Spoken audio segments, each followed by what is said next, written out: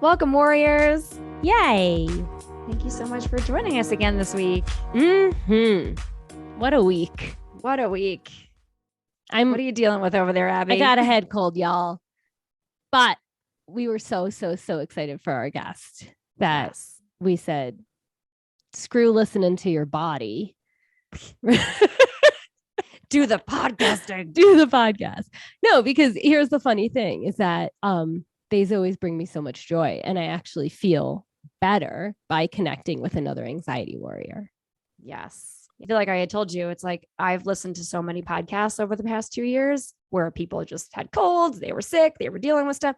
And it's just like, if they can do it, we can do it. Yeah. You all have to be okay with my voice being lightly different. Yeah. So, warriors, let me tell you all a little bit about our amazing guest. His name is Tom Bailey. Tom Bailey is the founder of Succeed Through Speaking and host of the Succeed Through Speaking podcast, and spent the first 30 years of his life becoming an expert at avoiding public speaking, presenting, and being in front of groups of people due to his social anxiety. However, since overcoming his life-limiting fear of speaking and presenting, he has experienced firsthand how people can succeed through speaking. He now helps other entrepreneurs, experts, coaches, and consultants use speaking to amplify their authority so that they can raise their profile, showcase their genius to a wider audience, and attract new clients. This was such a fantastic conversation. So, Abby, share with us a little bit about this chat. Yeah, this was awesome. This was my first time meeting, both of our first time meeting Tom. And I love meeting more anxiety warriors. I just feel like every time we connect with new people, we share so much more in common than we all know until we share. So Tom shares how for like the first 30 years of his life, he became an expert at avoiding public speaking, presenting, and even just like speaking in front of groups of people of 2 or more. At the time, he thought that this was just a fear of public speaking that he wanted to overcome. And he didn't realize that this was a way of social anxiety manifesting itself. He noticed that this social anxiety impacted his relationships, impacted his relationship with himself, and he felt isolated, and even impacted, his career and his dreams of becoming an entrepreneur. He shares how he's built confidence in his ability to public speak. And he so beautifully shares how with this awareness, he wants to bring other people on the journey with him so they can feel more confident, both in public speaking and in their life living with social anxiety. Yeah, I really loved connecting with Tom as well. He shared so many amazing details about his story and his journey. And so without further ado, warriors, here's the show. Welcome back, warrior family. Yay. We are joined today by an awesome guest. His name is Tom Bailey. Tom, welcome to the show. Thank you so much for having me. Yay, we're so happy. Yeah, super grateful. Vincent, our former guest, got this connected, and we had a blast over on his show, and he was such a dynamic guest for us. And so I just love that folks that are doing stuff in the world, right, in the mental health space or entrepreneurs, like we can all kind of relate to each other and make new connections through old connections. So glad to have you on. All right, so let's dive right into talking about anxiety, because that's what we do here. We are the anxiety warriors. So Tom, share with our listeners a little bit about how anxiety shows up in your life. Yeah, thank you. So for me, it's really all forms of social anxiety, which you'd think would be crazy, me being on a podcast having a conversation which is going to go out to the world. But we'll talk about how I've got here as well. When I first, started feeling this social anxiety, I thought it was a fear of public speaking, only. So I really leaned into that, and I spent about 6 to 8 years trying to figure out how to get rid of this fear of public speaking, only to find out I still had lots of social anxiety in small groups of people as well. And so, yeah, it's very much related to speaking, showing up in front of others, small talk conversations. That's really where my anxiety comes out the most. Oh my gosh. So I have like 2 very different questions, right? Because I love that you said anxiety around small talk. Like my heart was like, I see you. I feel the same way. So I want to dive into that, but I want to ask a backup question first, which is, when did you like notice this? Was social anxiety something that happened when you were like noticing it when you were 6 years old or 16, or, when did you first started noticing like speaking in public, whether it's like in a small group or a large group, was something that was uncomfortable? Yeah, so it was in the classroom at school. I think I must have been about, I don't know, 11, 12 years old, just moving from that younger primary school into an upper education secondary school in the UK. And I think it was like having to put my hand up and speak in front of the whole class, or having the teacher ask me a question I didn't know the answer to and feeling stupid in front of everyone. I think that's where it really first showed up for me. Yeah.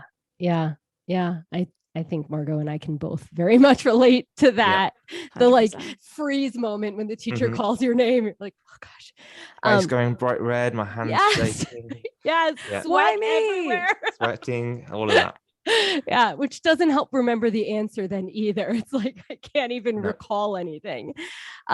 So will you talk a little bit more about the small talk? Because I don't think we've actually really talked about this on the podcast, but I also have a lot of anxiety having small talk with people I know and people I don't know about things like weather and, so will you talk about your experience with the anxiety around small talk? Yeah, I think for me, it's less so one-to-one. Because I've got a great strategy. One-to-one, I ask lots of questions, so I don't have to do much talking. Yes. Yep. So it's less so in that space. I think it's more when I'm having a conversation with one person or speaking to one person, but then I can feel somebody else watching me. Like small talk in front of others, I think is the big thing for me.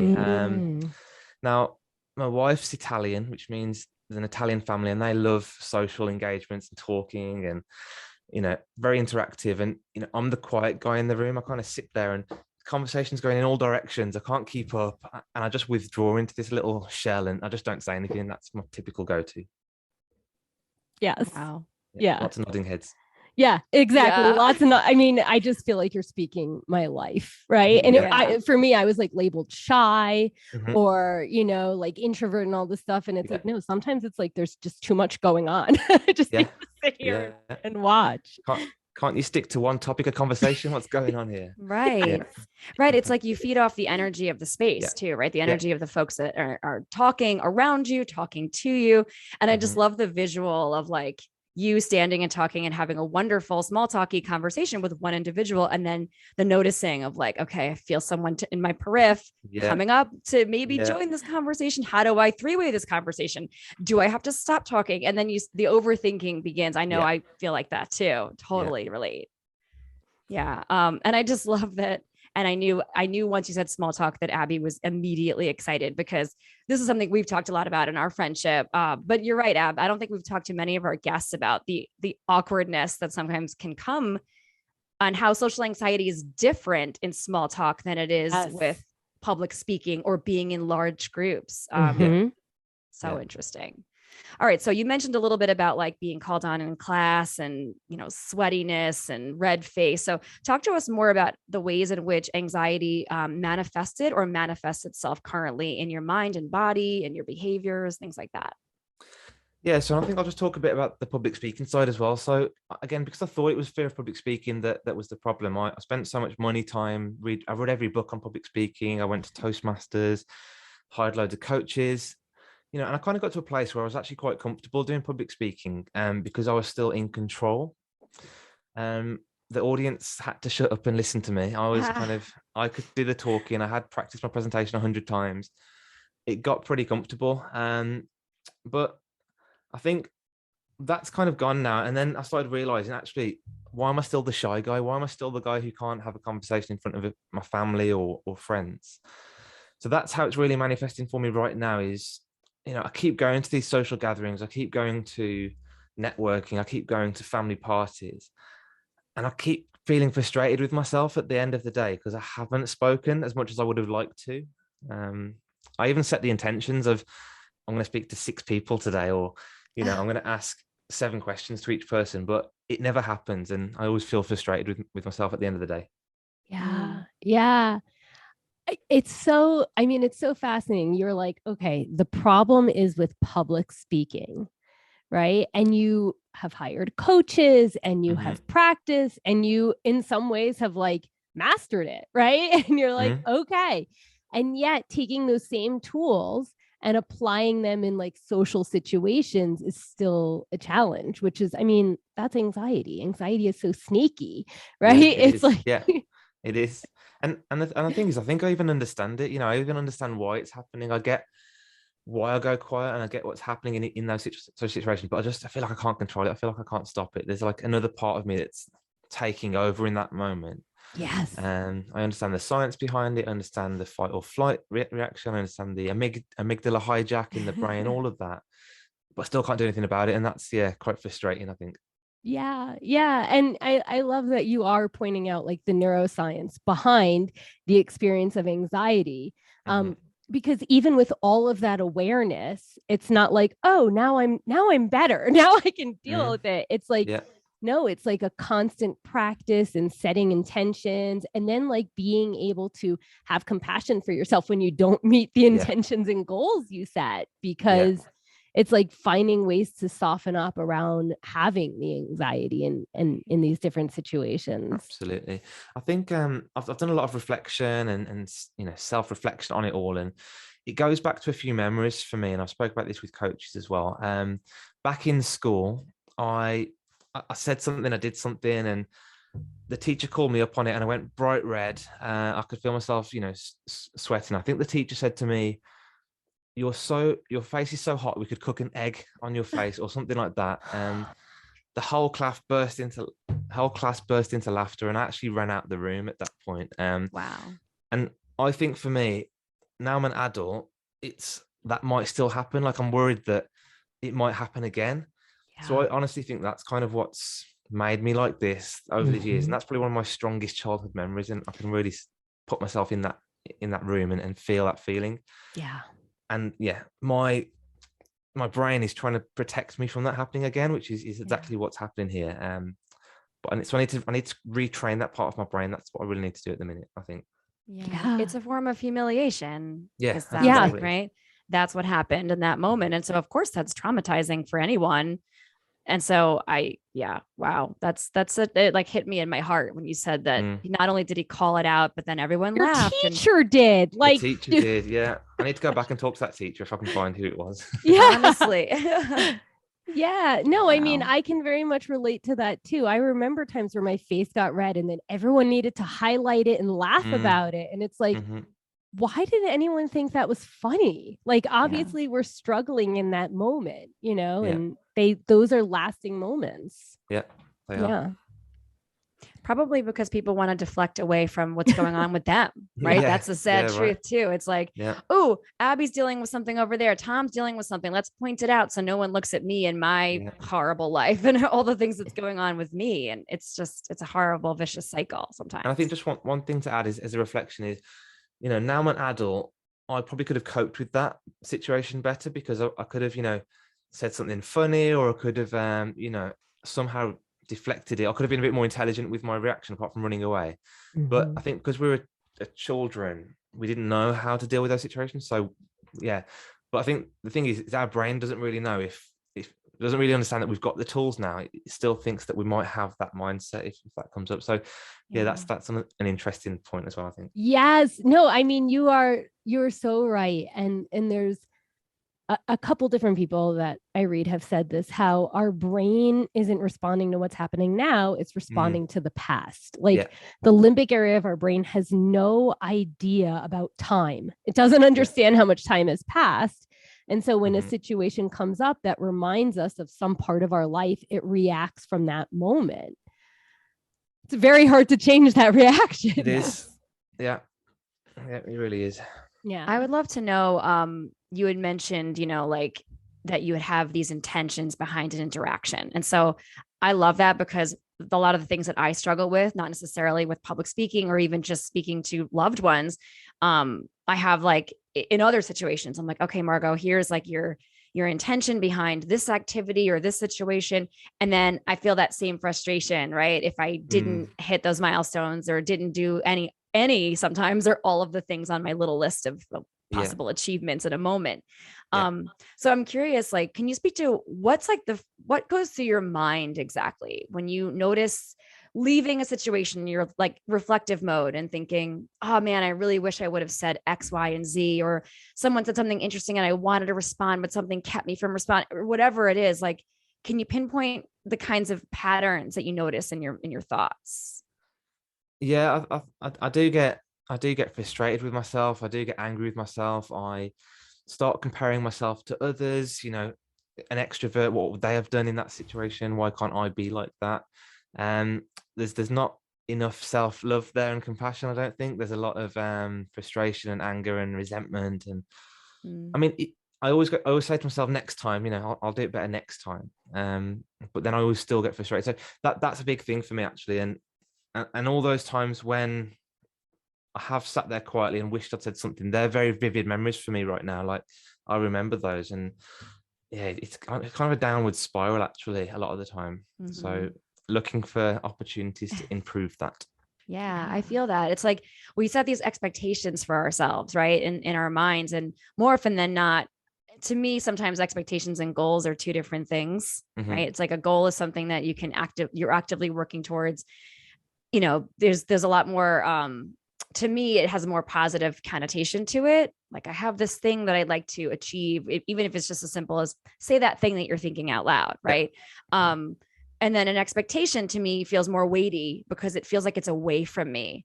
It's not something that's mine. An expectation is like, I think of like societal expectations, the world's expectations of how you're supposed to be, how you're supposed to show up. What does it mean to be, a woman, a man in this situation, right? What does it mean to be a public speaker? In my case, a teacher, right? And so like, I think, anyway, I think my greater point is just, it's very relatable what you're saying, and it's extremely human. Yeah. So let's just acknowledge that. Thank you. Yeah. I'm just really curious. So Margot and I are, 80s babies. And in the 80s and 90s, like mental health was not spoken about at all. And so when, much of school, we just constantly thought like, what's wrong with me? Right. And it wasn't until in the 2000s, we're like, oh, anxiety. And so I'm curious, is it similar in the UK? Like, when you grew up, did you hear about mental health at all? Like, when did you realize like, oh, this is anxiety? Yeah, very similar, and it's actually only been recently, within the past, I'd say, few years. That yeah, I'm also an 80s baby, and I think for me it was very much I'm different, I'm weird, I'm awkward, I'm quiet, I'm shy. There was never a reason behind it. It's just that was just the badge that I wore. That was me. I was shy Tom. That was it. There's no reason for it other than I think it's actually seen as a weakness as well back then. It was almost like, you're not one of the confident sports people in the school, therefore you're not as good as them. But I think now in the UK it's very different, and people are very caring and compassionate and have empathy, and it's talked about a lot in schools. So yeah, kind of wish I had that back then. It's only been the past few years where I've really started to talk about anxiety and actually open up about it myself. And I've hidden it for 28, 30, 33 years probably now, actually. Yeah, about 30, 33 years, I'll say. Yeah. We know that feeling. Yeah. And the feeling that it's a weakness and let's not share about it. And which is basically what made us want to do this podcast. It's like, let's talk about all of it, right? And normalize this, because so many people have mental health things. They do. Yeah. All right. So talk to us a little bit about your go-to strategies for dealing with your anxiety, either like in the moment anxiety, or like if you know that you're, say, anticipating a public speaking event or something specific, like what kinds of things are like your go-tos? Yeah. So mostly unhealthy coping strategies. Withdrawal is a good one. It's not obviously a good one in terms of the outcome, but it helps me in the moment because, when there's loads going on, I feel stressed, lots of conversations. My best coping strategy is actually just to withdraw from the conversation, maybe go and sit over there, and go to another room, maybe have to make a phone call. Like, they're not healthy coping strategies, but that's what I tend to do. I think with kind of a strong introversion, that does have some benefit because I almost can remove myself, recover some energy in quiet on my own before going back into this extroverted world. And I think like if I've got an all-day social event or an all-day networking event or a business conference, something like that, I'll literally need to go back home and turn the lights off and, lie on the bed in silence for a good 30 to 60 minutes. So I think for me, yeah, withdrawal, taking myself away from the situation is how I currently cope with it. However, I would like to develop some better in the moment coping strategies, which will help me remain present, help me remain in the conversation, help me remain engaged. Because my goal of being a present, confident, social person isn't going to be achieved if I keep withdrawing from conversations. Yeah. Wow. And when I'm hearing you say this, though, it's I noticed that for me, when you said withdrawal, and you said it's not healthy, in my mind, it was like, that sounds like self-care, like knowing your limits, knowing your boundaries, and then taking care of yourself to like rejuvenate, before you go back to an event or being in groups and stuff again. And so the way I heard it was self-care, not as unhealthy, but I understand if you're working towards goals of feeling more confident, right? Then withdrawing might feel like a setback. And also a lot of the time, if I'm in a situation where there's a lot of conversations happening and I'll subconsciously find myself drifting out of the conversation, then I'll look back and think, why did I just do that? Like that was not the right thing to do in terms of staying engaged and present. So it's not even a conscious thing. I find myself on the other side of the room, like, how did I get over here? Do you know what I mean? Yeah. So from that perspective, I want to try and work on that. Because I want to be in the conversation. Like I really do want to be in the conversation. I want to get to know people. I want to make friends. But it's just difficult. Yeah.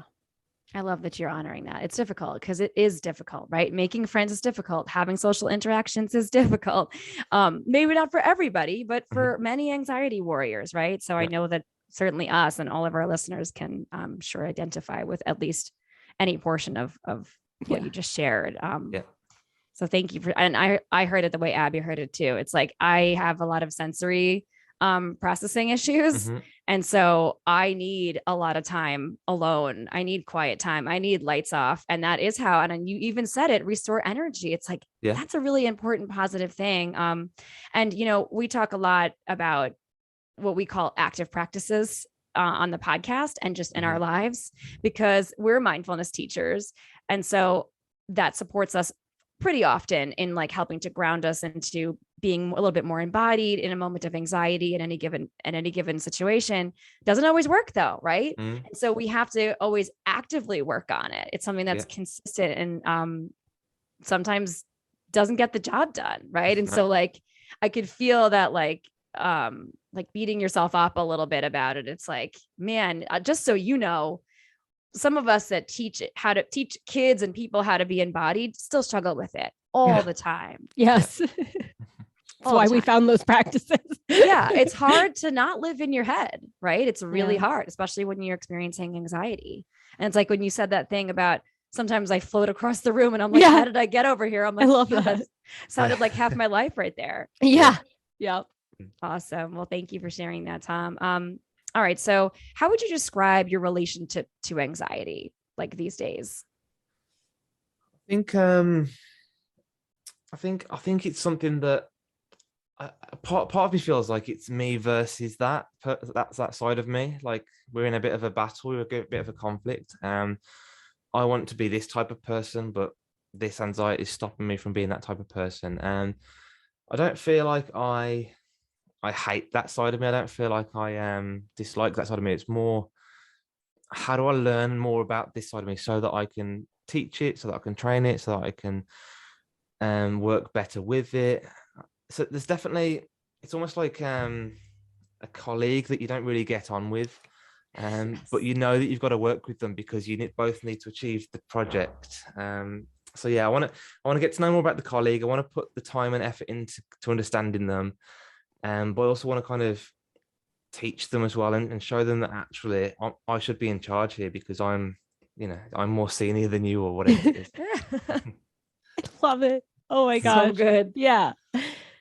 I just, I got nothing. I love that. I'm gonna like sit with that image for a bit and just like anxiety as the colleague, but like I'm a little more senior. Why am I Yeah. letting you dictate what we That's do? exactly what it is.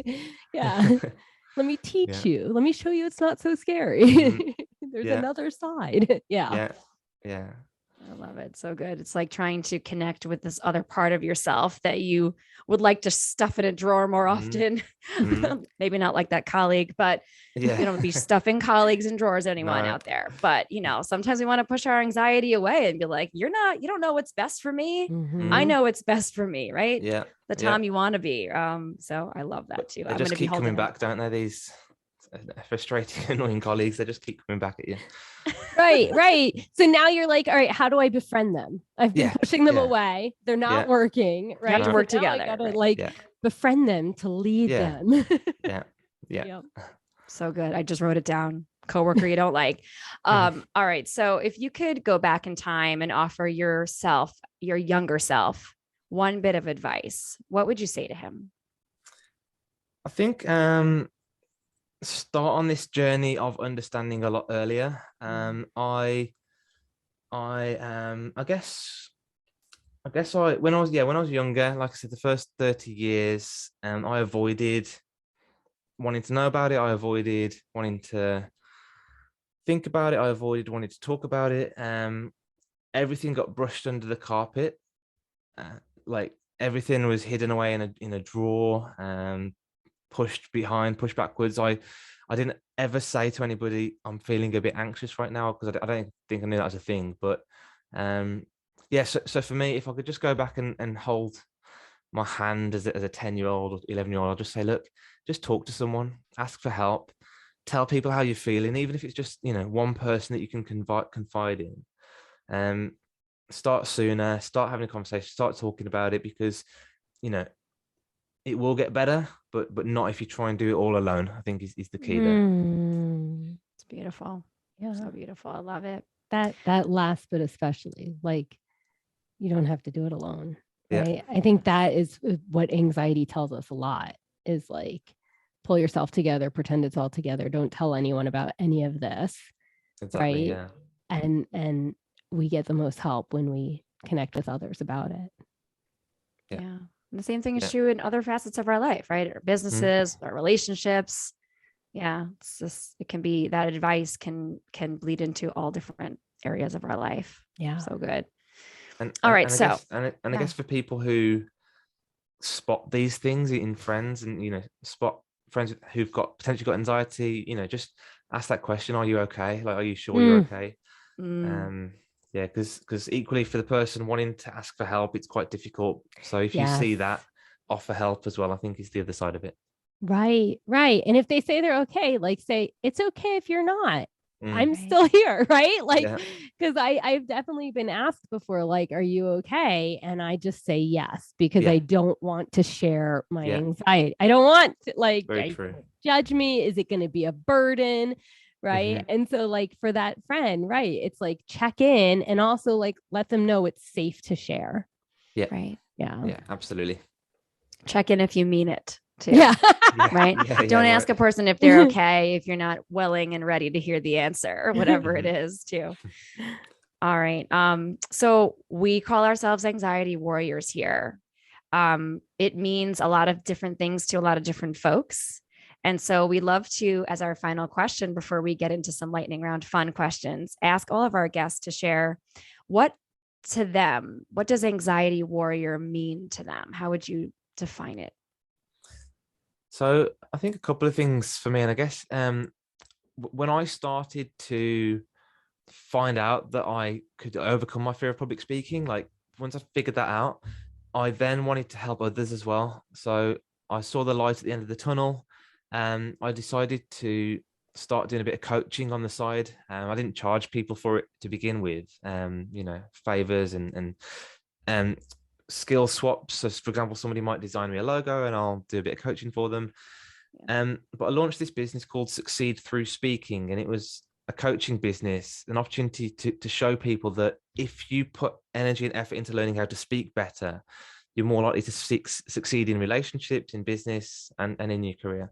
So one thing for me was proactively, once you've been on your journey, go back and think, who can I help now bring on that journey with me, and how can I do that potentially through coaching? And then second bit for me, like exactly what you've done, I launched a podcast again called Succeed Through Speaking, and I interview public speakers who have made it to the top of their game, and I find out about their journey from the early days of anxiety around speaking and fear, and how they got from there to now being a keynote speaker. So for me, to answer your question, I think, yeah, bring people on your journey who you need to help, and also, proactively create content that you can put out there into the world to help other people that might be struggling as well. Oh, I love that. I love that. And I love how you get these keynote speakers and they share their journey, because it's so easy to see someone and just see their success and compare yourself to their success, not knowing how many steps it took them to get there. Yeah, that's exactly what it is. Yeah, and a lot of people say to me now when I do public speaking, "Oh, it's easy for you. You're a natural speaker." I'm like, no, it really isn't. Right. So yeah, by sharing the stories, I think it really helps show that there's a long journey. It takes 10, 15, 20 years in some cases. Yes. Right. And that there's nothing wrong, no matter your speed either. No. Right. Getting where you want to go. It doesn't matter if it took you 6 months, a day, or 20 years.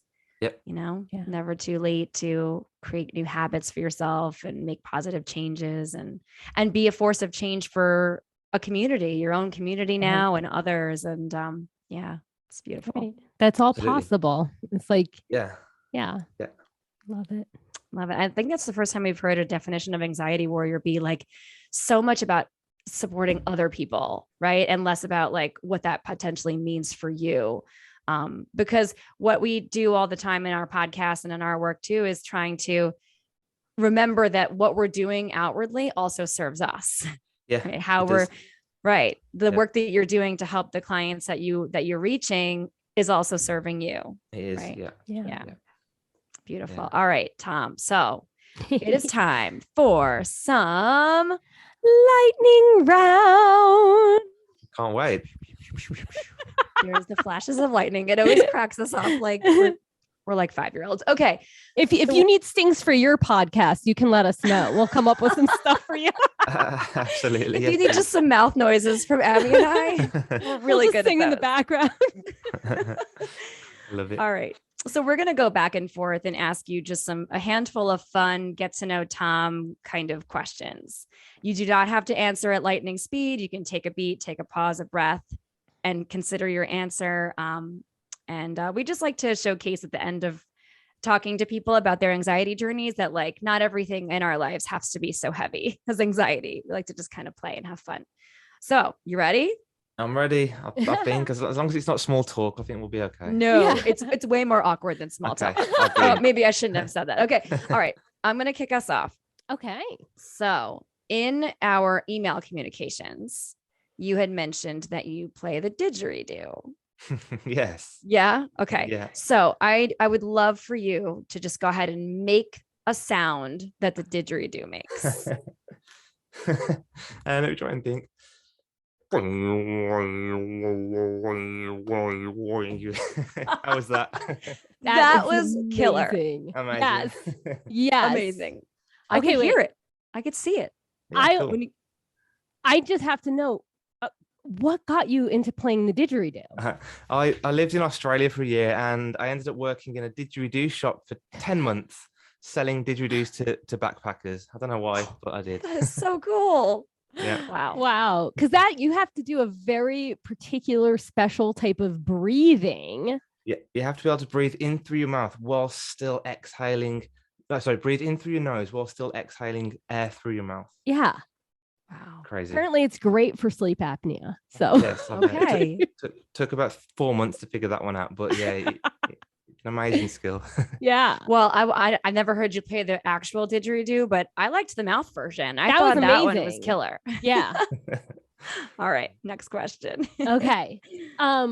So I have a friend in England, and I was like, okay, we're going to have this guy from the UK like on our podcast. Do you have any really good questions I should ask him? Oh no. So I'm embarrassed because I feel like it's not the greatest question, but who is your favorite Beatle? Who's my favorite Beatle? That's a really good. And What do if you he have hates a the Beatles? favorite Beatles song? Favorite Beatles song? I think a song called Yesterday. I can't remember exactly how it goes. Oh. I'm not the biggest Beatles fan. I'm not going to be completely honest. And was there a Beatle called Paul McCartney? I think there was. Somebody I think you're good there. He might be. He might be Yeah. one of the bigger Beatles, I guess. That Yeah, Paul I McCartney. think I think there's he's one still called that. around. We'll go with that and we'll move on quickly. Oh, so you're not going to sing for us? Okay, all right. We Absolutely. won't. No, we we won't got the harp on that. didgeridoo sound Yeah, there. yeah. We got That's that true. song. That's true. Bridge too far with extra singing. Okay. So if you could name either your favorite color, but like a paint color, or your favorite like ice cream, if you like ice cream, like give us like your signature name for either like your favorite color, if you could name the paint color, whatever you wanted, or your favorite ice cream, what name would you give it? It's got to be like signature to you. Favorite paint color or favorite signature ice cream?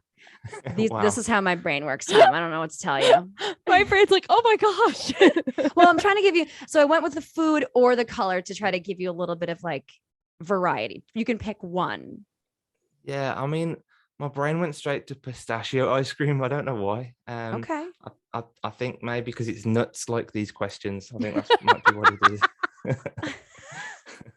What would you name it though? Would it be nuts? This is nuts. Yeah, we're gonna go just nuts. Yeah, Nuts. Just We're gonna nuts. go nuts. Yeah. I Just like nuts. it. Just nuts. Okay. So you lived in Australia. What year was this that you lived in there? I was 21, so a good 14 years ago. Whatever that Okay. is. I lived there for a bit in 2006. Mm. So where in Australia did you live? So I started off in Sydney. I went down to Mildura to make wine for a couple of months.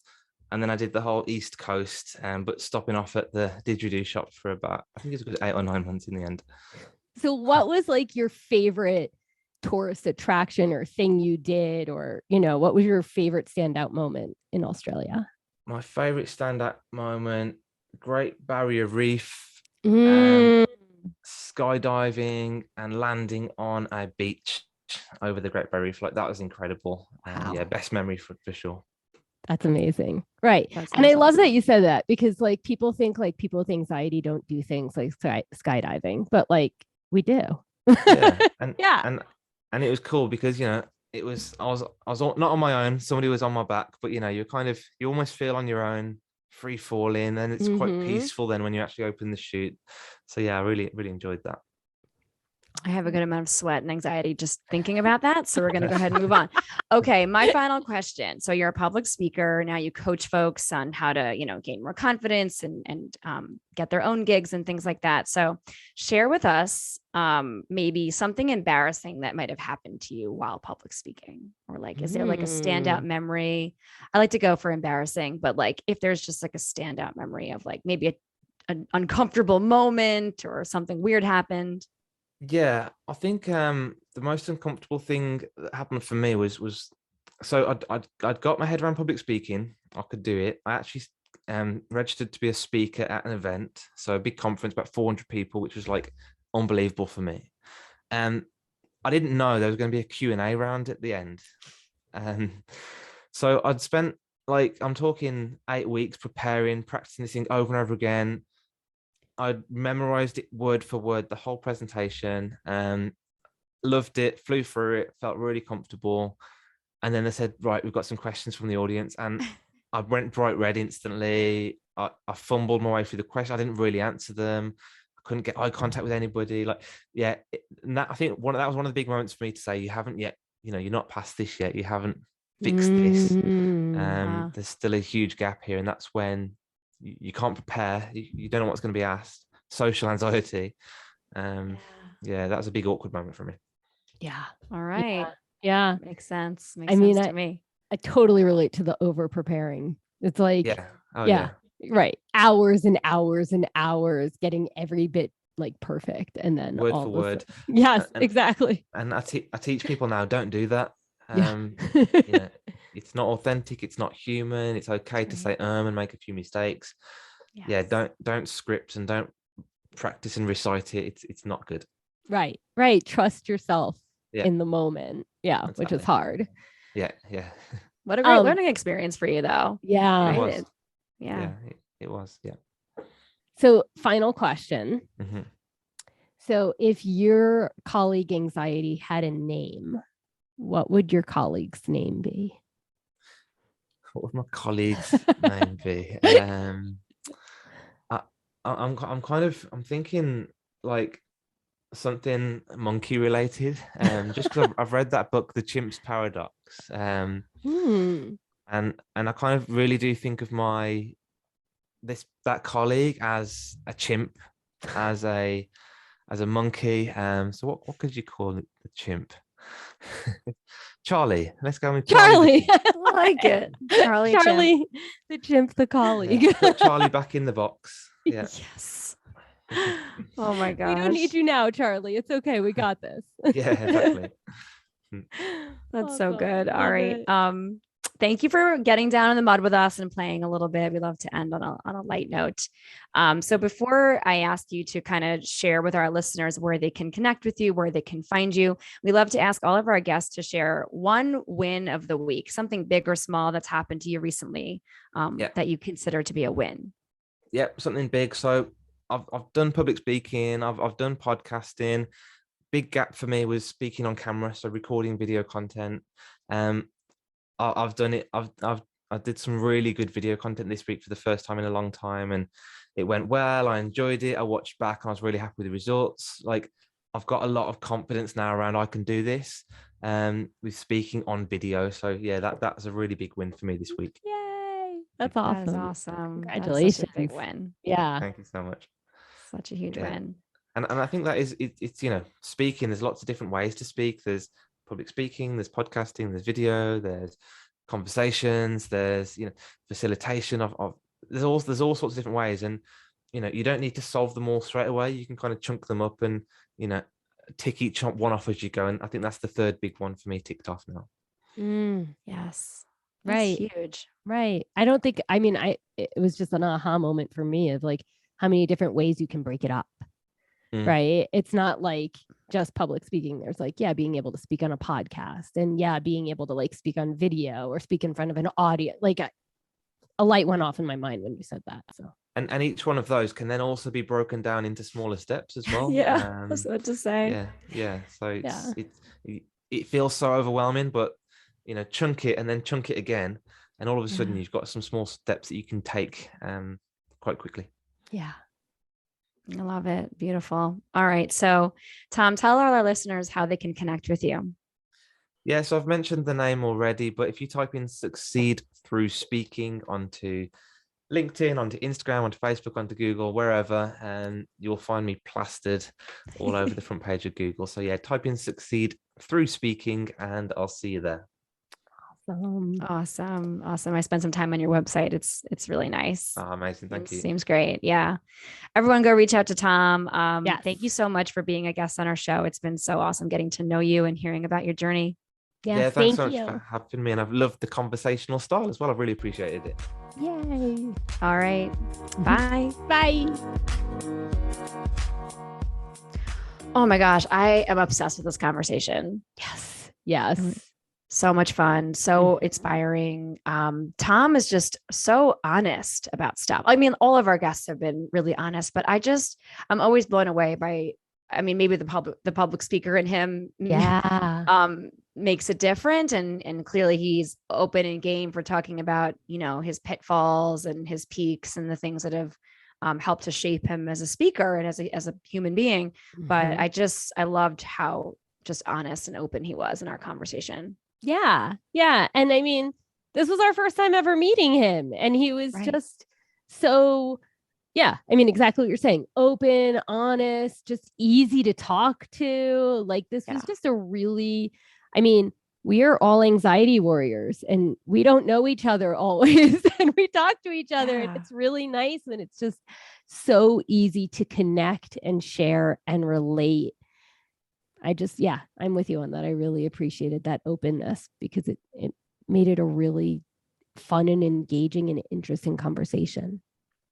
Yeah, totally. I think my first takeaway is just all of the facets of social anxiety, right? Like he talked about how social anxiety has showed up in his childhood, how it shows up in his adulthood, right? He talked about his in-laws and having small talk and public speaking in front of hundreds of people and how that differs. And I just feel like sometimes I forget that social anxiety exists in more than just like big group situations. Yes. Right. So that social anxiety exists in one-to-ones and very, very small groups, or not having the time to prepare for a conversation, as we kind of talked about towards the end of our chat. He mentioned that story about, when he had a very overly planned out presentation and everything went well. And then he was given some Q&A from the audience and that threw him for a loop and then he struggled. Right. And so I just feel like it's not really it just made me remember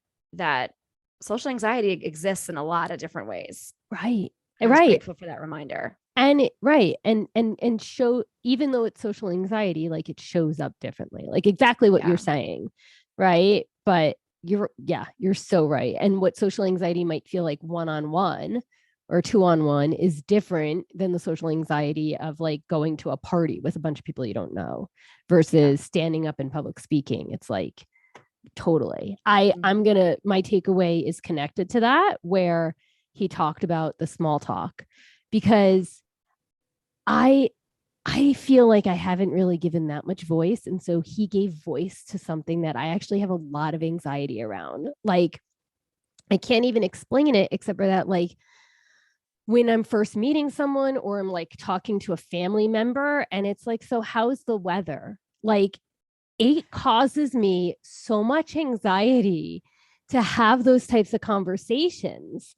And I can't even really explain it. But so when he said the anxiety of small talk, and then he was like, and especially like if someone else is like, watching, I was like, wow, like you're speaking my life. And for me, like just the takeaway is just how wonderful it is to constantly be talking about anxiety, because there's still so many things I don't say that I'm either unconscious of, or it's not worth saying, right? Like, or people won't get it or whatever. Like, oh, you get anxiety talking about the weather. And it's like, I do, right? Don't talk to me about the weather unless it's like, something important. But anyway, and so for me, I just really appreciated him highlighting that part, because it can show up in just so many different ways, like you were just saying, and in all the ways social anxiety shows up.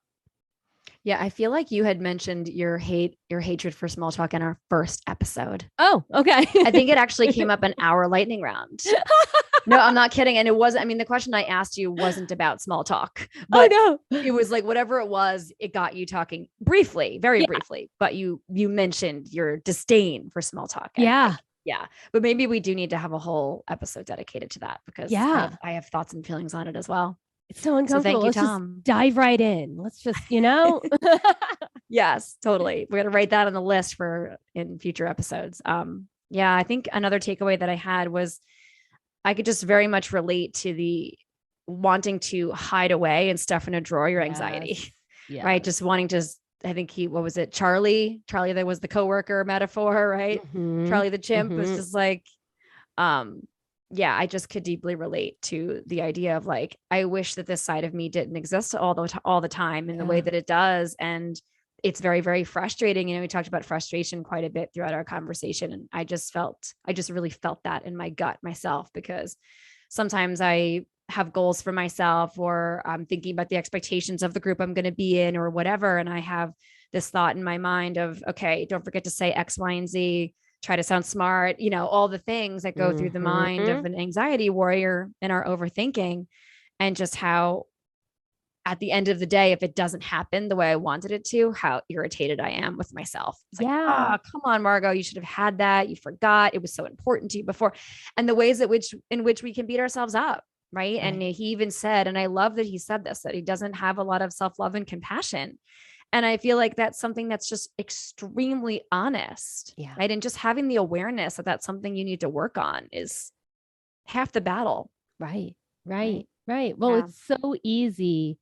I mean, I'm speaking from my perspective here. It's so easy to set these like at the time realistic expectations of how to behave or how to act or how to feel, but they're actually not reasonable when anxiety comes in, and how easy it is to just get frustrated and annoyed with yourself. It's so easy. It's like, come on, I should know better. I should do better. Why we think that, why I think that, I don't know why, right? I don't know who I'm comparing myself to, like the version I want to be, but I'm not that version yet, you know? So, and that it's like, it's a practice. We have to actually learn how to be compassionate and empathetic with ourselves. Yeah.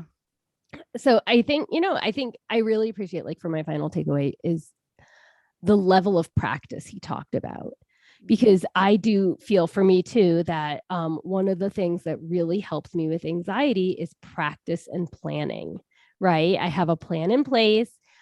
When I used to do public speaking before the pandemic, like, I would do those 20-hour trainings.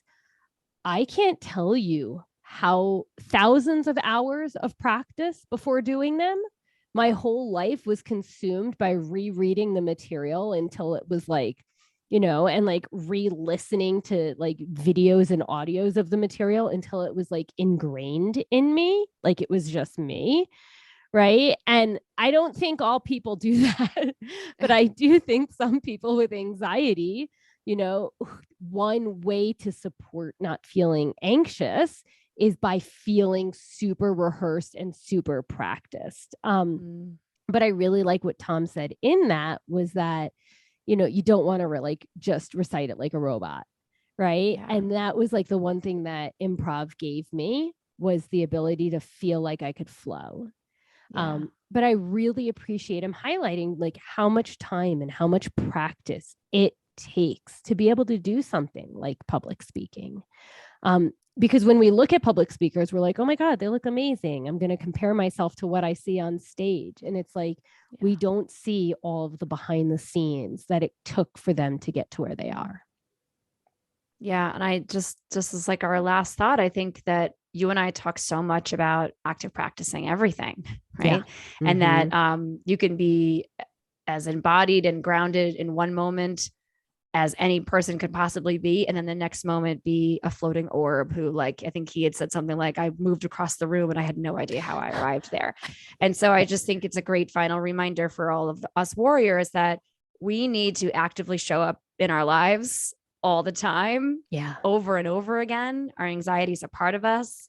It's not going anywhere. It can crop up at literally any given moment, even with all that rehearsal and practice that can be really soothing, right, to your nervous system that wants to, make sure that you're as prepared as you can be so you can be the best that you can be. And he talked a little bit about that too, right? His definition of anxiety warrior was like in service of others. Yeah. So just remembering that we can all actively practice the things that at the things that we want to be, right? At the things that we want to embody, and that it may work out sometimes and other times it may not. And all we can do is keep trying, keep working on it.